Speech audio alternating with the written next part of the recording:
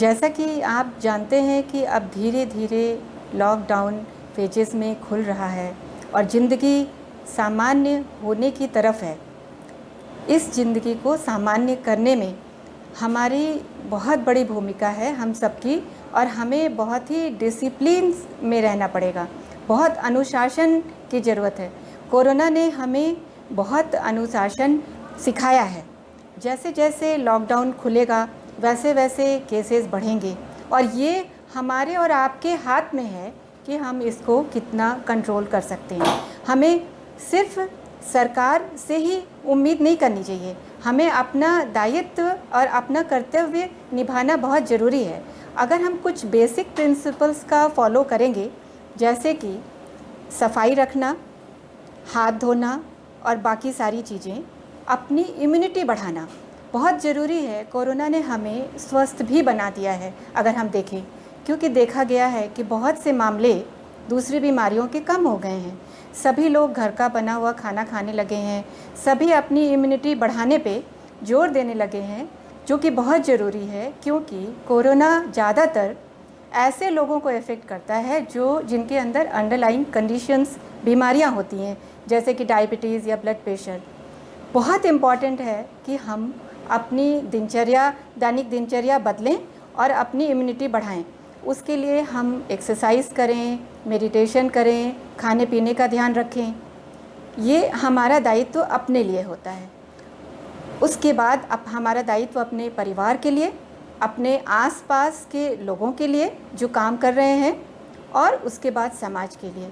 समाज के लिए हमारा दायित्व ये है कि हम कोरोना संक्रमण को फैलाएं ना। बहुत बड़ी रिस्पॉन्सिबिलिटी ये है कि अगर किसी को थोड़ा सा भी लक्षण लगे तो घबराने की ज़रूरत नहीं है, क्योंकि 80% मामलों में ये बहुत ही सामान्य होता है और कोई भी प्रॉब्लम नहीं करता है। लेकिन इसको छुपाने से ये बीमारी बढ़ सकती है। तो अगर आप बिना छुपाए इनिशियल स्टेज में ही अपना टेस्ट कराते हैं, इससे आपके लिए भी फ़ायदा है और दूसरों को भी ये संक्रमण नहीं फैलता है। तो हमारी एक तीसरी जिम्मेदारी है कि संक्रमण को फैलाना नहीं है। और उसके बाद बहुत ज़रूरी है कि सब कुछ खुल तो गया है, लेकिन हमें ज़रूरत पड़ने पे ही जाना है बाहर। मतलब बिना ज़रूरत के बाहर घूमने की आदत को रोकना होगा।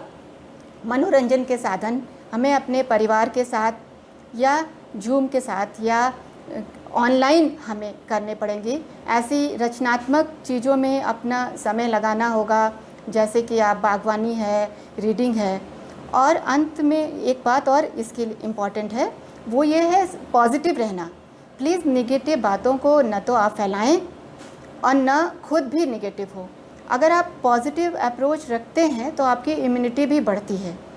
हमारी जो गर्भवती महिलाएं हैं उनसे मैं ये बताना चाहूँगी कि ऐसा अभी तक रिसर्च में आया है कि कोरोना से गर्भवती महिलाओं को कोई बहुत ज़्यादा खतरा नहीं है, लेकिन फिर भी उन्हें एहतियात ये करना चाहिए कि अपने सेंटर या डॉक्टर से ऑनलाइन से कनेक्टेड रहें, जहाँ रजिस्ट्रेशन करा लें, वहाँ के स्टाफ से कंटिन्यूसली टच में रहें।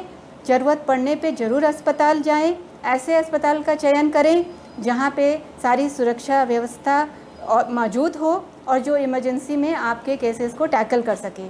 और थोड़े से भी लक्षण होने पे ये बहुत ज़रूरी है, बार बार मैं इसी बात को कह रही हूँ कि लोग अक्सर डर के मारे अपनी बीमारी को छुपा रहे हैं। उससे क्या होता है कि वो संक्रमण फैल जाता है। कहीं से भी आप बाहर से आ रहे हैं, संक्रमित क्षेत्र से आ रहे हैं, तो आप प्लीज़ 15 दिन के लिए क्वारंटाइन हो जाएं, और जिससे कि दूसरे लोगों में संक्रमण ना फैले।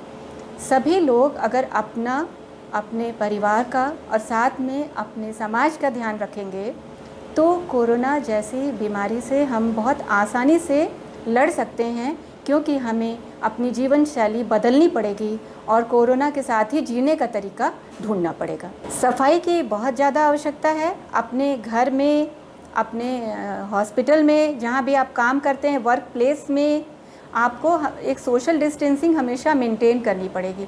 ये जो हमारी पार्टी करने की और वो मनोरंजन वाली आदत है, उसको हमें कंट्रोल करना पड़ेगा हर जगह पे। जैसे मान लीजिए कि हॉस्पिटल है मेरा, तो हॉस्पिटल में हमें ये ध्यान रखना पड़ता है कि हमारे जितने स्टाफ हैं वो संक्रमित ना होने पाएँ। डेली उनका टेम्परेचर चेक होना चाहिए। आप अपने घर में भी जितने भी लोग अगर बाहर से आते हैं, बहुत ज़रूरी है, तो एक थर्मल स्कैन करने के बाद ही उनको एंट्री होनी चाहिए। घर की चप्पल अलग होनी चाहिए, घर से बाहर जाने की चप्पल अलग होनी चाहिए। घर में घुसते ही एक कोना बनाना पड़ेगा जहाँ पे बाहर की चप्पल और बाहर की चीज़ें वहीं होनी चाहिए। और एक हाथ धो के ही, घर हो या कोई ऑफिस हो, वहाँ पे हाथ धो के ही आपको प्रवेश करना पड़ेगा।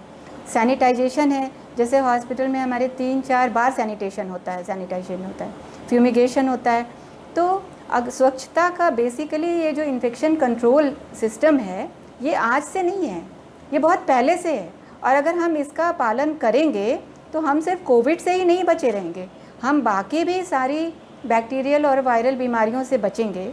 शायद आपने ध्यान दिया हो तो इन दिनों वायरल बीमारियां तो बिल्कुल ही नहीं हो रही, बैक्टीरियल बीमारियां बिल्कुल ही नहीं हो रही, क्योंकि लोग घर का बना हुआ भोजन खा रहे हैं और इतनी ज़्यादा हाइजीन पे ध्यान दे रहे हैं लोग। एक मेरी थोड़ी सरकार से भी ये विनती है कि तंबाकू और गुटखा खाने पे प्रतिबंध लगना बहुत ज़रूरी है। अन्यथा जो लोग सड़क पे थूकते हैं, इस आदत से कोरोना बहुत ज़्यादा फैल सकता है। और क्योंकि हम बाहर नहीं जा सकते और अगर जिम वगैरह खुल भी जाएं तो भी बाहर जाना सुरक्षित नहीं है, इसलिए सबसे आसान है योगा करना।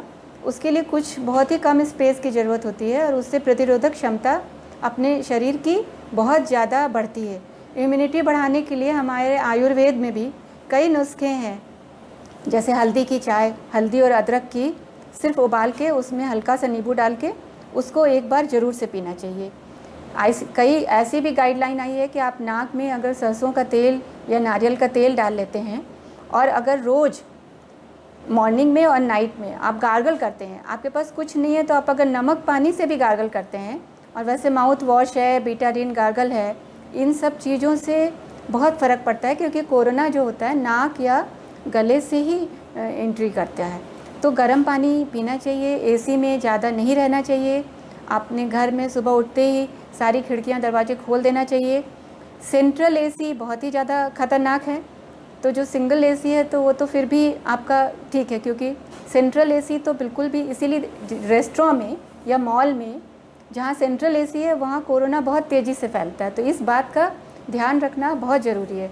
जहाँ तक हो सके ऑनलाइन शॉपिंग करें, डॉक्टर से ऑनलाइन कंसल्ट करें, और इम्यूनिटी बढ़ाने के बहुत सारे तरीके हैं। हमारे योग में और आयुर्वेद में बहुत सी ऐसी चीज़ें बताई गई है, जिसका मैंने देखा मेरे आसपास सभी लोग आजकल इम्यूनिटी बढ़ाने पे लगे हुए हैं, which is very good. In fact अगर कोरोना से हम बचाव में हो सकता है कि हम और हेल्दी हो जाएं, क्योंकि जो डायबिटीज़ हैं वो अपनी मिठाई वगैरह सब बंद हो गई है। टेंशन बस नहीं लेना है, क्योंकि अगर टेंशन हमने लिया और अगर हम निगेटिव हो गए तो इधर सुसाइड के भी बहुत ज़्यादा केसेस आ रहे हैं हॉस्पिटल में, मैंने देखा। तो लोग बहुत निगेटिव हो जा रहे हैं, जबकि ऐसा नहीं है। हम सोशल डिस्टेंसिंग है नहीं, फिज़िकल डिस्टेंसिंग आप उसको बोलिए। आप तो ऑनलाइन मोबाइल पे सारी दुनिया से जुड़े हुए हैं, सारी दुनिया को एक मोबाइल पे देख सकते हैं और अपने सारे दोस्तों से भी आप कनेक्ट हो सकते हैं। तो basically it is not social distancing, it is a physical distancing, जिसका कि अगर हमारी जनसंख्या बहुत बड़ी है, हमारी जनसंख्या हमारी एक ताकत भी बन सकती है और हमारी कमज़ोरी भी। तो ये अब हमारे हाथ में है कि हम अपने भारत को कहाँ लेके जाते हैं, क्योंकि एक आदमी जो संदेश अगर मोदी जी ने दिया है, अगर ये देश को खोला नहीं जाता तो इंडिया के इकनॉमी वैसे भी ख़राब हो जाती। तो जब ये देखा गया कि इस बीमारी से मोर्टिलिटी रेट बहुत कम है और वो भी ज़्यादातर वहीं पर है जहाँ लापरवाही ज़्यादा की जाती है, या फिर ऐसी प्रॉब्लम है जैसे किसी को डायबिटीज़ है, हाइपरटेंशन है और वो भी अनकंट्रोल्ड है। अगर कंट्रोल डायबिटीज़ है या आपकी एज ज़्यादा है, ऐसे लोगों को ज़्यादा सावधान रहने की ज़रूरत है। छोटे बच्चे हैं उनको ज़्यादा, यंग लोगों में तो आपको शायद पता भी नहीं चलेगा, आपको एक फ्लू होके ये निकल जाएगा। सिर्फ और सिर्फ इतनी चिंता है कि आप कहीं एसिम्प्टोमेटिक कैरियर बन के दूसरों को संक्रमित न कर दें। इसके लिए प्लीज़ आप ज़रूरत पड़ने पे ही घर से बाहर निकलें। अपने ऑफिस स्पेस में भी दूसरों से डिस्टेंस बना के ही रखें। हम लोग अपने हॉस्पिटल में भी इस बात पे बहुत ध्यान देते हैं और स्टाफ का भी हर दिन थर्मल चेकिंग होती है।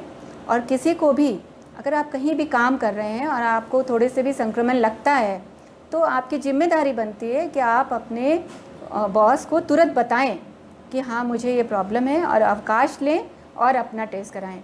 अगर सब लोग तत्पर होकर तुरंत अपनी जांच कराएंगे तो ये संक्रमण फैलने नहीं पाएगा।